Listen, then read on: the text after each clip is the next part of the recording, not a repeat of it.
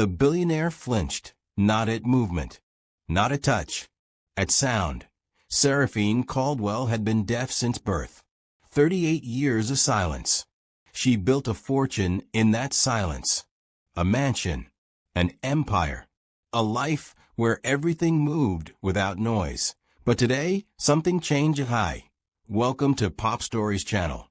Thanks for watching. Kindly tell me what country you're watching from. Asterisk, asterisk, she sat in her office. Papers in front of her. Reports. Numbers. Clean. Organized. Perfect. Alistair Rowe made sure of that he wasn't just her assistant. He was everything. He filtered her emails. Screened her calls. Decided who got access. Who didn't. What information mattered. What didn't. She trusted him with her life. And he controlled every second of it. The mansion was silent. Always silent. Staff moved like shadows. No loud steps. No sudden movements. Everything designed for her.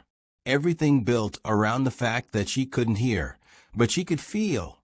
Vibrations through the floor. Movement in the air. Small things most people ignored. This morning, she felt something new. A hum. Low. Steady. Coming from somewhere she couldn't place. Her hand pressed flat against the desk. There it was again, stronger now. Her chest tightened. Not panic. Something else. Something she hadn't felt in years. Curiosity. She stood. Walked to the window. The estate stretched out below. Gardens. Fountain. Gate. Everything in its place. Everything controlled. Then she saw him. A man walked across the courtyard. Black. Calm. Duffel bag over his shoulder. He didn't look nervous. Didn't look impressed by the mansion or the money or the perfectly cut grass. He just walked. Alistair was next to him. Talking. Explaining something. But the man wasn't listening to Alistair. He was looking at her. Straight through the window. Across the lawn. Direct. Like he saw past the glass. Past the walls. Past everything Alistair had built around her. And something in her chest cracked. Not broke. Just cracked. She pressed her palm against the window. The vibration was stronger now. Not from the ground. Not from the house. From inside her. Her phone buzzed. A text from Alistair, new maintenance supervisor. Malcolm Pierce. Single dad. Clean background. No concerns. She stared at the message, then back at the man. Malcolm didn't move like the others. Didn't shrink. Didn't wait for permission. He nodded at her through the window. Just once. And for the first time in 38 years, Seraphine Caldwell felt something impossible. A sound. Not in her ears. In her bones. Something was about to break. And she didn't know if she wanted to stop it. A man arrived at the gates with a duffel bag. And nothing would ever be the same. Malcolm Pierce wasn't supposed to matter. He was hired to fix things. Leaking pipes. Broken fixtures. The kind of work no one notices until it stops working. Alistair made that clear during the interview. You report to me. You stay out of sight. You don't speak to Miss Caldwell unless spoken to first. Malcolm nodded. But he didn't agree. Day one, he walked through the mansion like he owned it. Not arrogant. Just present. He noticed things. The way staff moved in tight circles. The way they never made eye contact with Seraphine. The way Alistair appeared every time someone got too close to her. Like a guard dog. Malcolm saw it. And he didn't pretend he didn't. The other staff whispered warnings during lunch. Don't ask questions. Don't look at her too long. Alistair runs this place. Not her. Malcolm chewed his sandwich and said nothing. But that afternoon, he broke the first rule. He knocked on Seraphine's office door. Alistair appeared within seconds. Tight smile. Calm voice. She didn't call for maintenance. I know, Malcolm said. But the heating vent in here is rattling. She might feel the vibration. Thought I'd fix it. Alistair's smile didn't move. I'll let you know when it's a good time. Malcolm looked past him. Into the office. Seraphine sat at her desk. Papers in front of her. She glanced up. Their eyes met. Malcolm raised his hand. A small wave. Casual. Like she was a person, not a porcelain doll behind glass. She blinked. Then slowly, she waved back. Alistair stepped into Malcolm's line of sight. "I'll call you when we're ready." The door closed, but something had shifted. That night, Malcolm called his daughter. "How was your first day, Dad?" "Different," he said. "Different how?" He paused. "You ever walk into a place and feel like everyone's holding their breath?" His daughter laughed. "You mean like when I'm about to get in trouble?" "Yeah, like that." "But all the time oh, what are you gonna do?" Malcolm leaned back in his chair. "Same thing I always do." "My job, Dad, what?"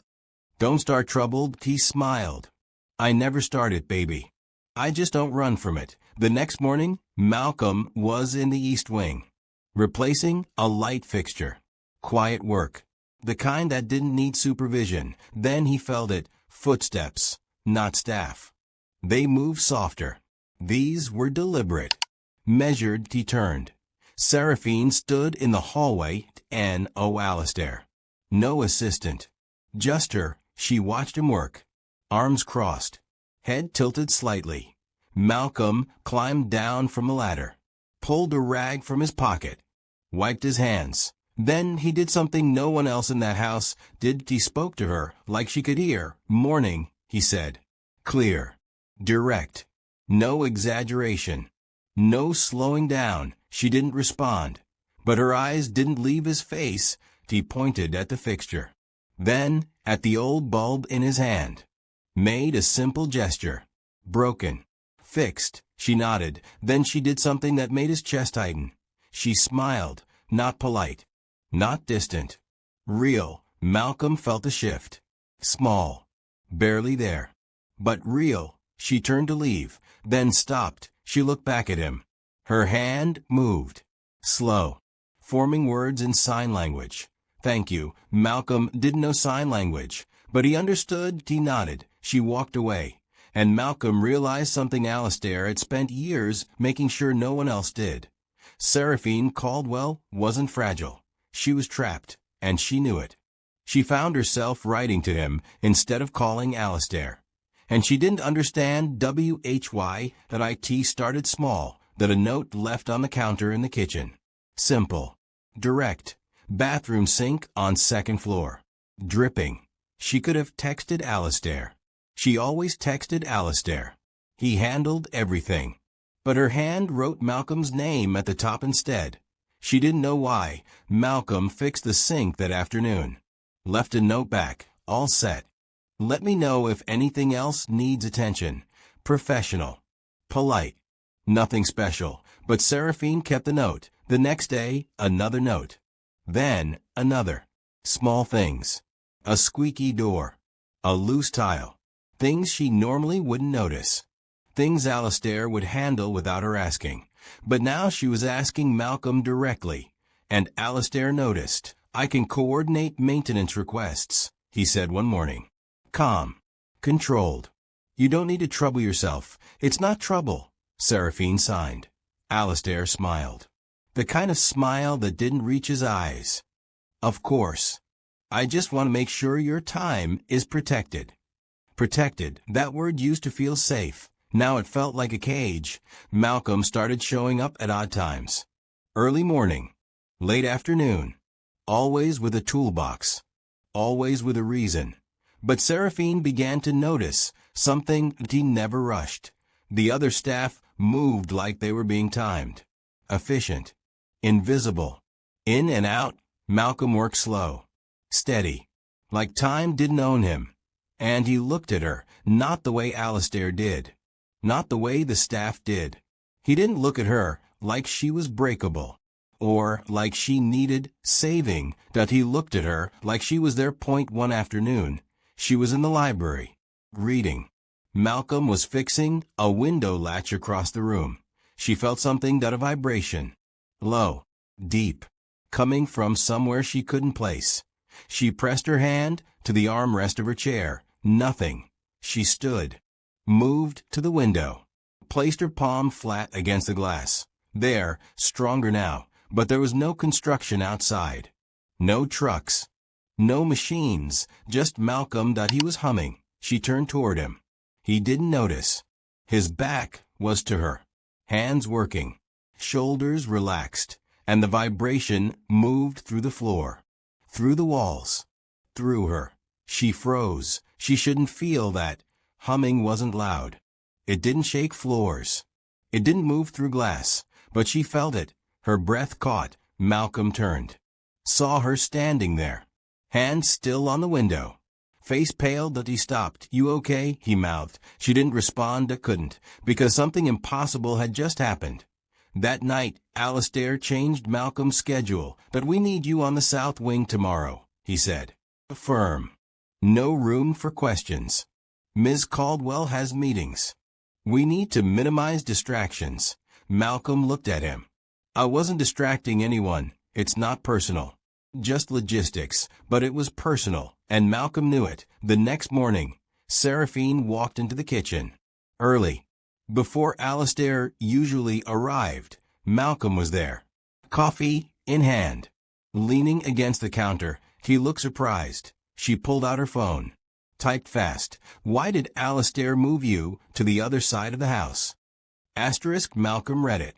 Then looked at her. "You'd have to ask him." She typed again. "That I'm asking you." Malcolm set his coffee down. Stepped closer. "Not too close. Just enough. Because he doesn't like that you talk to me." Her jaw tightened. "That I don't talk to you.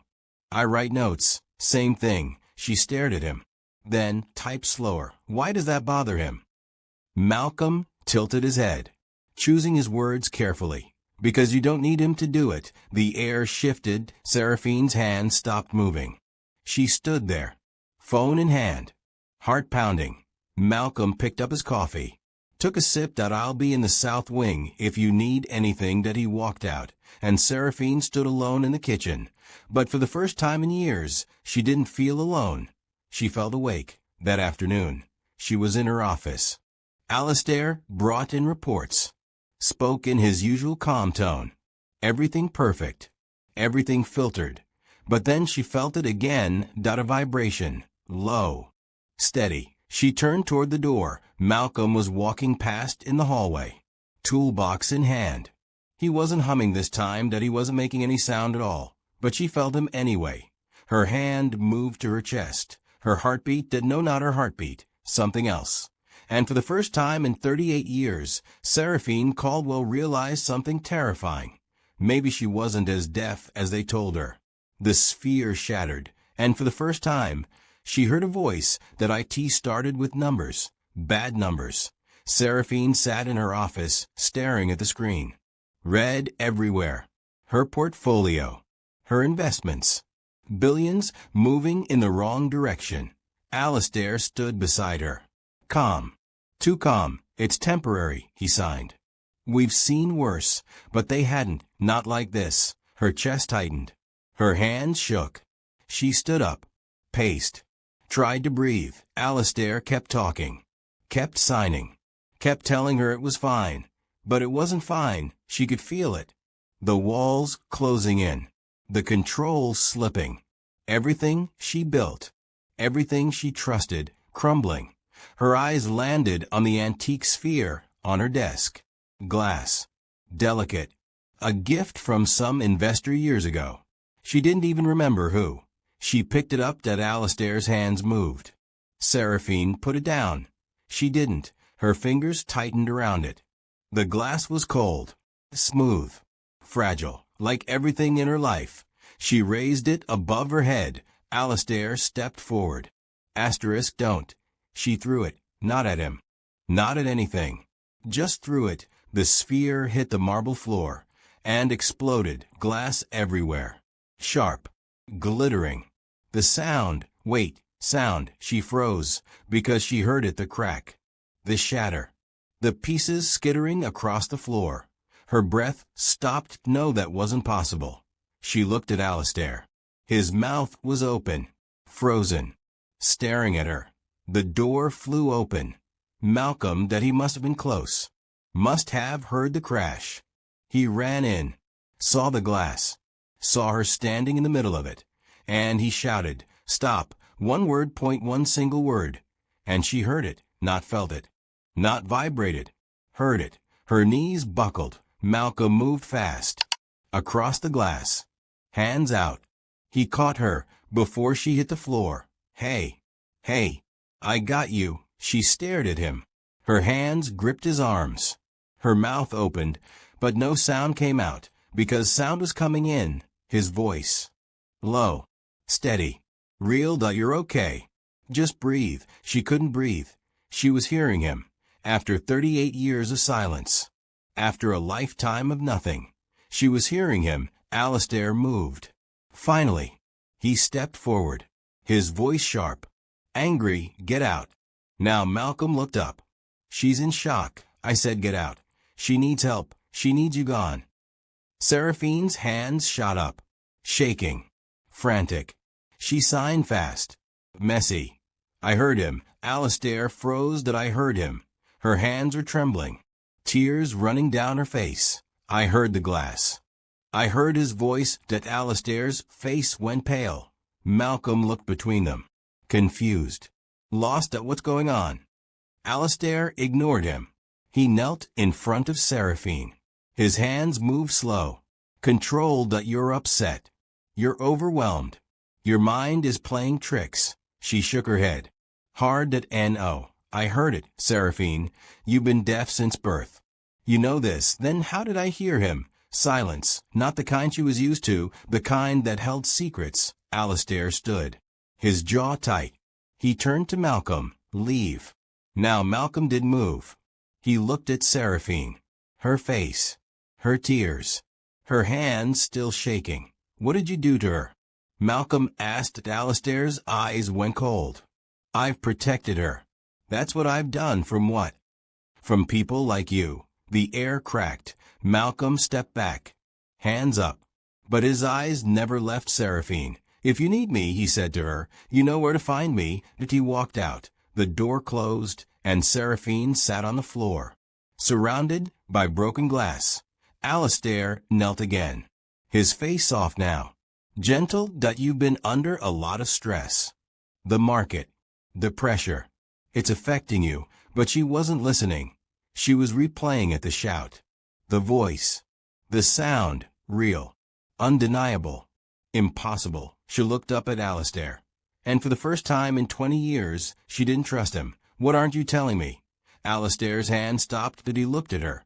And in that moment, Seraphine Caldwell realized something that shattered her more than any glass ever could.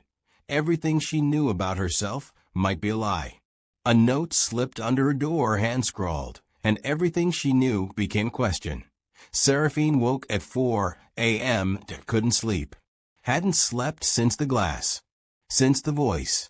Since the impossible became real. She sat up. Stared at the ceiling. Replayed it over and over at Malcolm's shout. The shatter. The sound. Real or not real, she didn't know anymore. Then she saw it. A piece of paper. White. Folded. Pushed under her bedroom door. Her heart kicked. She got out of bed. Picked it up. Unfolded it. The handwriting was rough. Quick. Garden shed. 5 a.m. Come alone. No signature, but she knew Malcolm. Her hands shook. This was a line. A clear line. If she crossed it, everything changed, and if she didn't, everything stayed the same. Safe. Controlled. Filtered. Trapped. She got dressed. The mansion was silent. Staff wouldn't arrive for another hour. Alistair wouldn't check on her until 6. She had time. Barely. She slipped out the side door. Crossed the lawn. The grass was wet. Cold. The sky still dark. The garden shed sat at the edge of the property. Small. Old.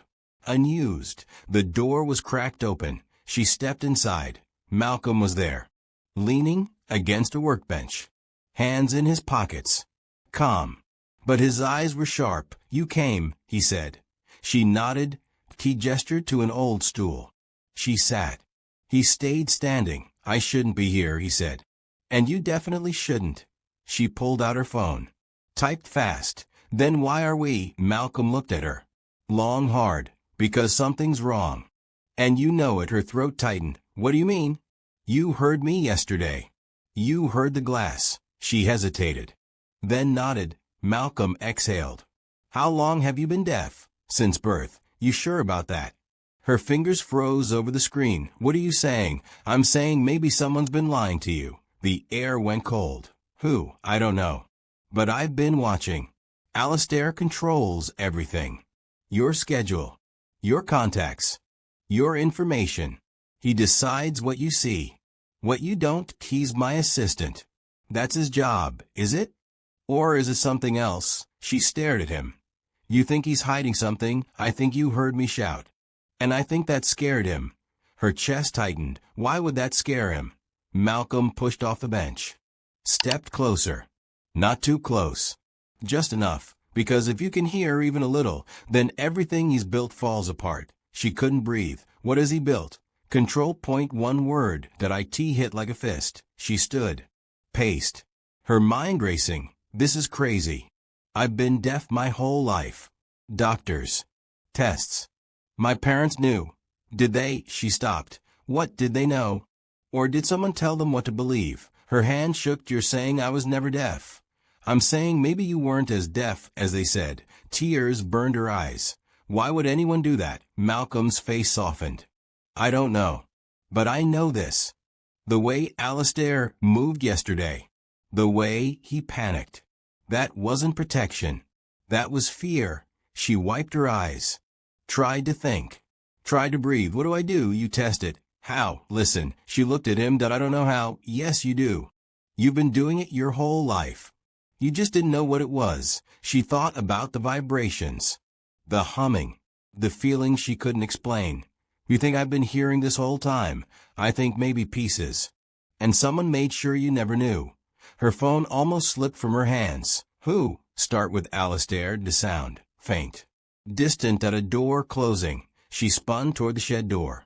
Listened. Felt. Footsteps. Coming closer. Malcolm heard it too. He moved fast. Grabbed his toolbox. Go. Different direction.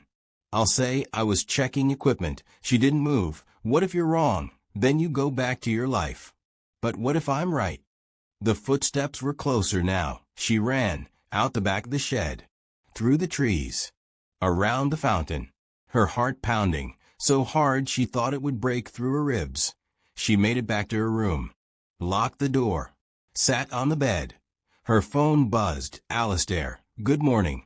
I'll be up in 10 minutes with your schedule. She stared at the message. Then she did something she hadn't done in years. She didn't respond. She sat there. In the silence. And listened, really listened. And somewhere, deep in the walls of the mansion, she heard it. A hum. Low. Steady. Mechanical. Something she'd felt 1,000 times but never questioned. Until now. Her hands covered her mouth, because she wasn't just feeling it, she was hearing it. And if Malcolm was right, if she'd been hearing pieces her whole life, then everything she knew was a lie. She heard, even partially, and what she heard shattered everything. Seraphine spent 3 days searching, not obviously, not where Alistair could see, but in the quiet moments, the gaps, the spaces between his control. She started in her father's study that he died 6 years ago. Left everything to her. The mansion, the company, the fortune, and boxes. Boxes Alistair said were handled. Sorted. Filed. Stored. But not thrown away. She found them in the attic. Covered in dust. Untouched. Medical records. Letters. Documents dating back 38 years. Her hand shook as she opened the first file, a doctor's report. From when she was 3 years old. Patient exhibits partial auditory function. Recommended. Hearing enhancement device. Prognosis. With intervention, normal development possible. Her breath stopped. Partial. Not full deafness. Partial. She flipped through more pages. More reports. Different doctors. Same conclusion. Mild to moderate hearing loss. Correctable with early intervention. Device fitted at age 4. Patient responding well. Device. She dropped the paper. There was a device that worked. Her fingers fumbled through the rest of the box. Found another folder. Thicker. labeled with her mother's handwriting, Seraphine Treatment Plan. Inside, a letter, addressed to her parents.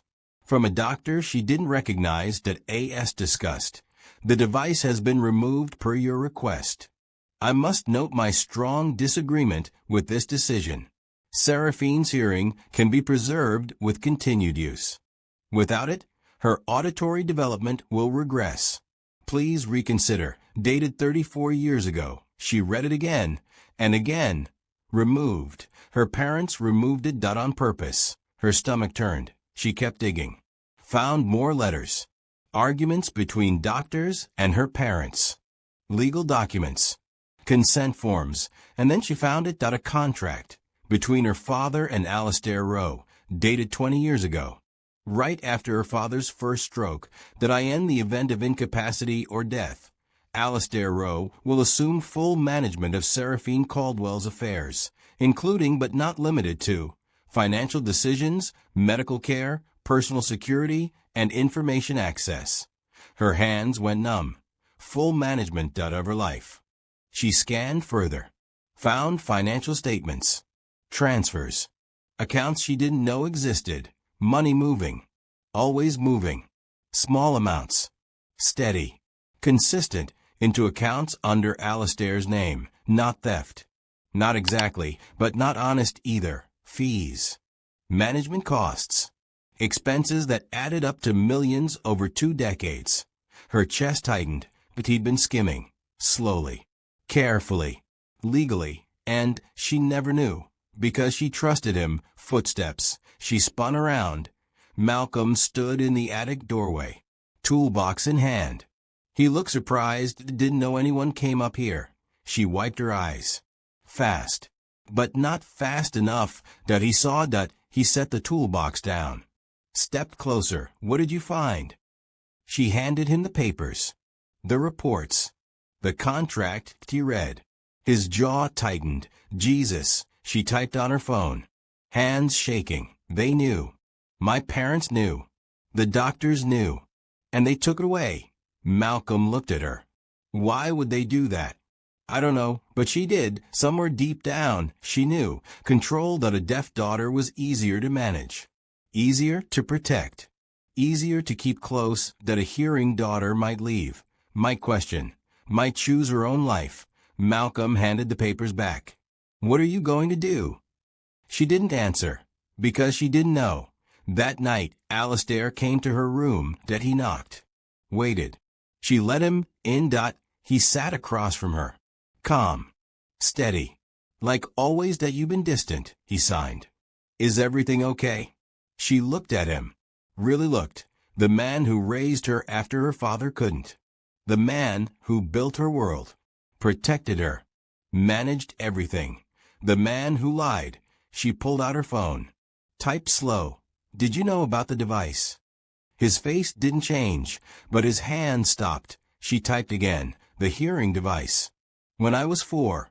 Did you know? He took a breath. Then signed. Yes. One word that IT broker. Why didn't you tell me? Because your father asked me not to. My father's been dead for 6 years, and I've been protecting you ever since. Protecting me? Or controlling me? His hands dropped. She stood. Pulled out the contract. The financial statements. Threw them on the table. Between them that you've been taking money. For 20 years. Alistair looked at the papers. Then at her. I've been managing your estate. Those are management fees. Legal. Agreed upon. By who? My father? Or you? He stood. His face hard now. I have spent 2 decades keeping you safe. Keeping this empire running. Keeping people from taking advantage of you. Or keeping me dependent on you. The room went cold. Alistair's hands moved slow. Deliberate. You think Malcolm is your friend? You think he cares about you? He's been here 3 weeks. I've been here 20 years, and you've been lying for 20 years. I've been protecting you from a world that would destroy you. Asterisk, you've been protecting yourself. Alistair's face cracked. Just for a second. Pain. Anger. Fear. Then it smoothed again. Believe what you want. But without me, you'll fall apart. He walked out. and Seraphine stood alone, surrounded by papers, by lies, by a life built on silence. She pressed her hand to her chest and heard her heartbeat, not felt it, heard it, faint, real, hers. For the first time in 38 years, she knew the truth. She wasn't deaf. She was stolen. For the first time, she listened to the voice of the man who controlled her entire life. Seraphine stood outside Alistair's office. Her hand hovered over the door. She'd avoided him for 2 days. Locked herself in her room. Ignored his texts, his knocks, his careful, patient concern. But she couldn't hide forever. And she needed to hear him, really hear him. She pushed the door open. Alistair looked up from his desk, surprised, then relieved that he started signing. She raised her hand, stopped him, then she spoke. Her voice cracked, rough, unused for decades. "Talk to me." Alistair froze. She said it again, stronger, "Talk. Out loud. I want to hear you." His face went pale. "Seraphine, do it." He stood, slow. His hands gripped the desk. "You don't understand what you're asking." But she did. She stepped closer. Her eyes locked on his. "I've been listening for 2 days. To everything. The staff. The walls. The world. I can hear pieces. Not all. But enough." His jaw tightened. "Then you know it's not what you think. Tell me what it is." Alistair moved around the desk. Stood in front of her. Close. But not threatening. His voice was quiet. Measured. "Your parents were terrified. Your father built an empire. Your mother came from nothing. They had one child. You. And you were vulnerable." She didn't move. "The device worked," he continued. "The doctors said you'd be fine. Normal hearing. Normal life. But your parents didn't see it that way." "Why not?" "Because normal meant risk. Normal meant you'd leave. Go to college. Meet people they couldn't control. Make choices they couldn't predict." Her hands balled into fists that they took it away. "They protected you. They caged me." That Alistair's voice rose. Just slightly. "They loved you. In the only way they knew how. And you? What's your excuse?" He looked away. She grabbed his arm.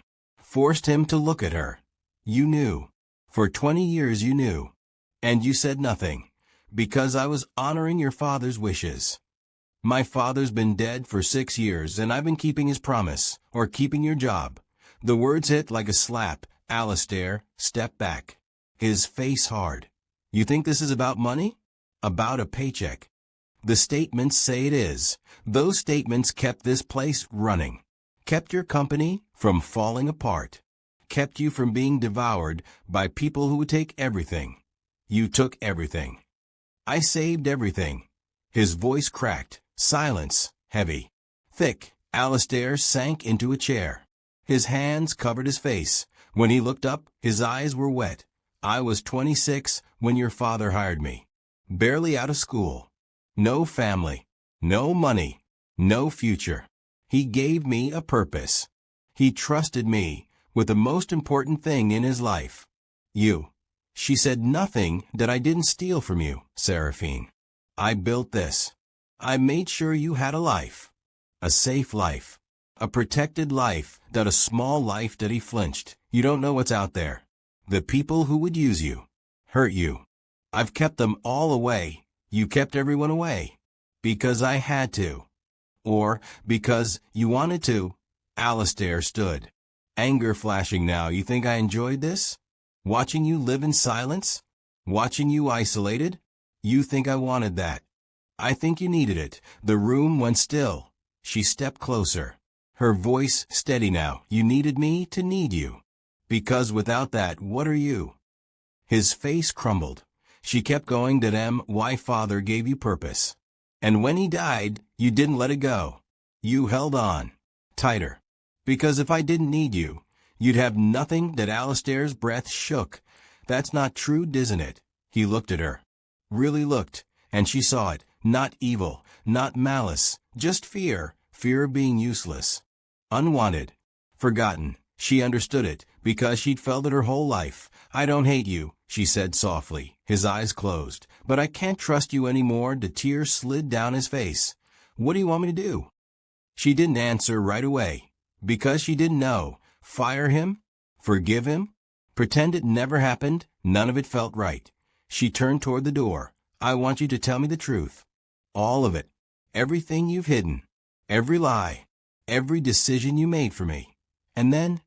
She looked back. Then I decide what happens next. She walked out and Alistair sat alone in his office, the man who built a life around control, now watching it slip through his fingers. Seraphine stood in the hallway, her chest tight, her hands shaking. She didn't know if she'd done the right thing, but for the first time in her life, it was her choice. Not his, not her father's, hers, and that was enough, for now.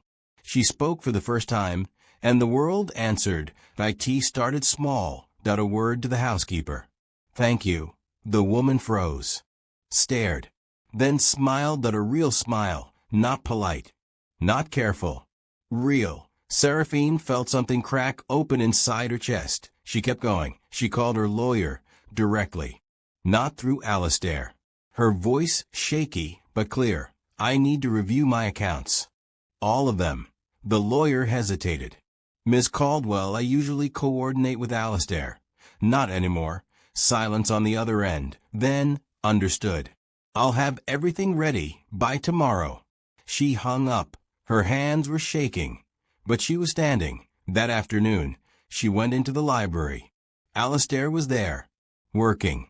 Like always, he looked up when she entered. She didn't sign. She spoke. I want the files. Everything my father left. Everything you've managed. I want to see it. Alistair set down his pen. Of course. I can prepare a summary. No. I want the actual files. Not your version. He stiffened. Seraphine, some of those documents are complex. I can walk you through. I'll figure it out. He stood. You don't trust me? No. I don't. The words hung between them. Alistair's face was tight. Hurt. But he nodded. I'll have them sent to your office. Thank you. She walked out, and Alistair watched her go. The next morning, Malcolm found her in the garden. She was sitting on a bench, eyes closed, just listening. Birds, wind, the fountain, sound she'd felt her whole life but never heard. Malcolm sat beside her. Didn't speak. Just waited. After a long moment, she opened her eyes. I heard a bird this morning, she said. Her voice still rough. Still new. Malcolm smiled. Yeah. I didn't know what it sounded like. I thought it would be. I don't know. Louder. Sharper. But it wasn't. What was it? Soft. Like it was asking a question. Malcolm nodded. That's a good way to put it. They sat in silence. Then she turned to him. Why did you stay? What do you mean? After Alistair tried to push you out. After everything got complicated. You could have left. Malcolm leaned back. Looked at the sky. My daughter asked me the same thing. What did you tell her? I told her some things are worth staying for. Seraphine's throat tightened. I didn't ask you to save me. I know. I don't need saving. I know that too. She looked at him. Then what were you doing? Malcolm met her eyes. Showing you the door. That's all. You had to walk through it yourself. Her chest ached. Thank you. He nodded, then stood. I should get back to work. Malcolm, he stopped. What happens now? He smiled. Sad. Knowing, that's up to you. He walked away, and Seraphine sat alone, but not lonely. Over the next few days, she started making changes. Small ones. Quiet ones. She fired the assistant Alistair hired. Hired her own. She started attending board meetings. Not through video. In person, she spoke. Out loud.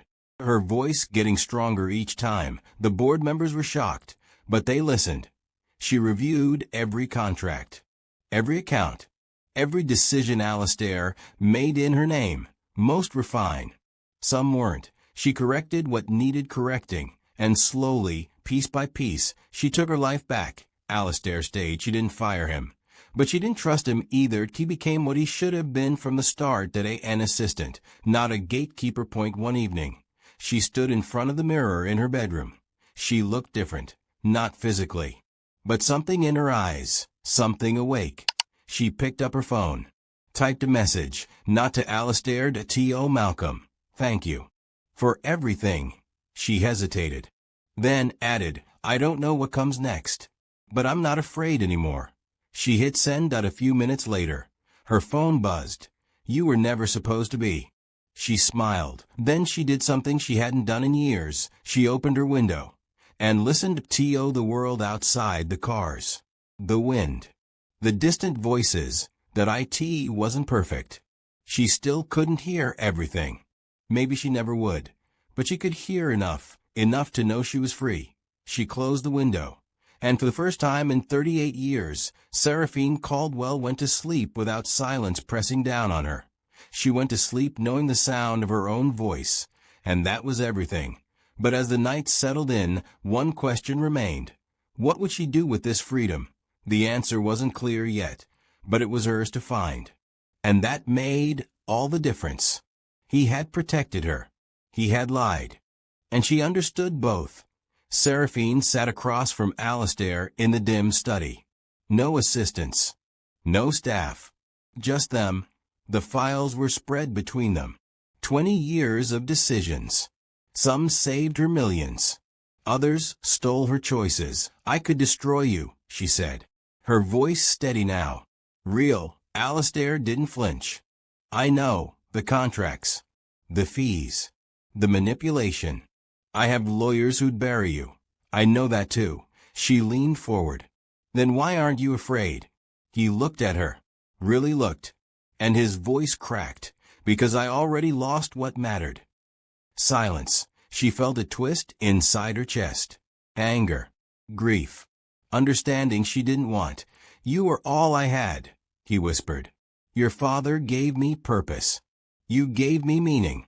And I convinced myself that protecting you meant owning you. It did, I know. Tears slid down his face. And I'd do it again. Not because it was right.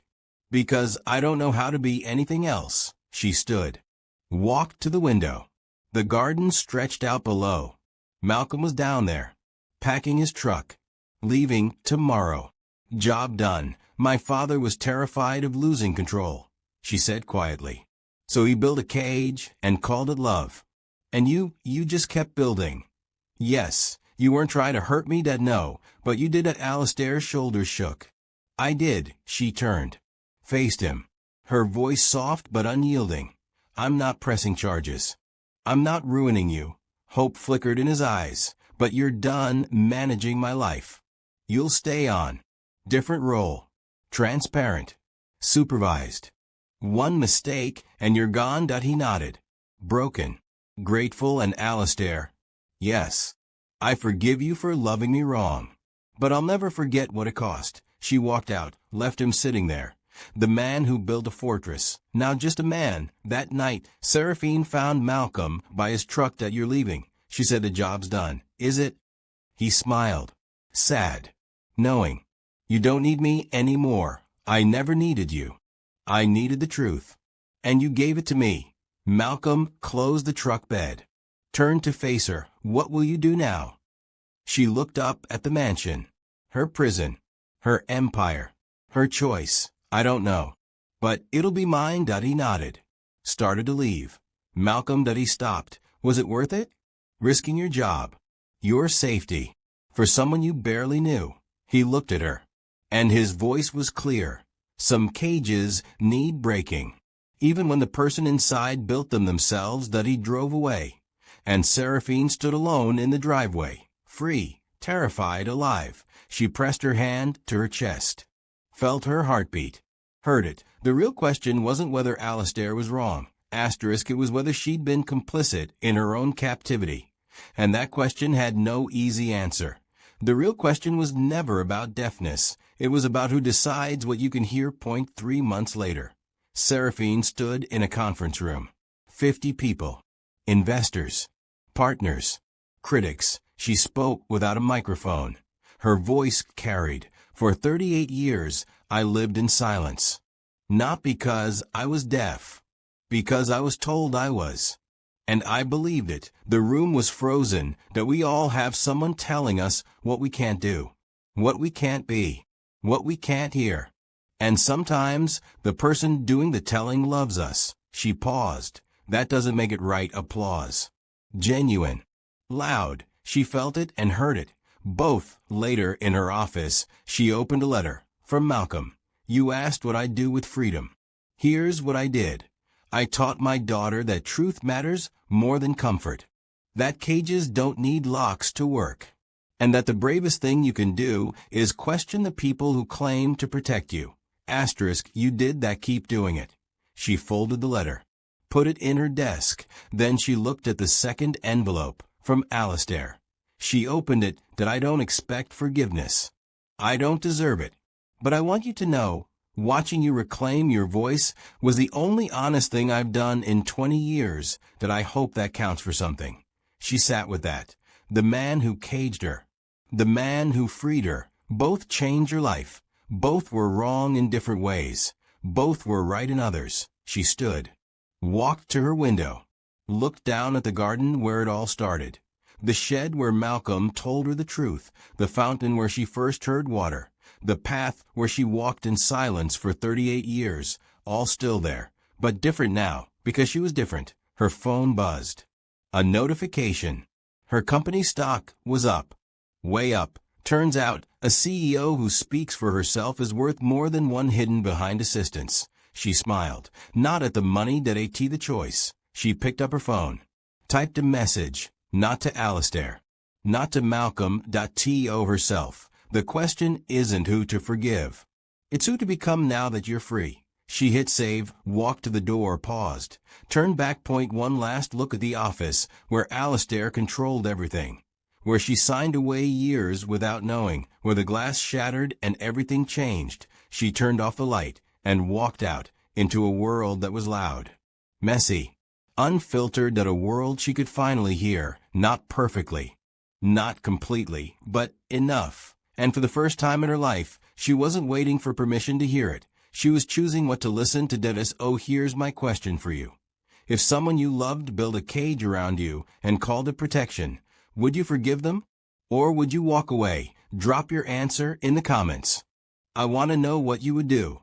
And if this story made you think, hit that like button and subscribe. Because we're just getting started with stories that make you question everything. See you in the next one.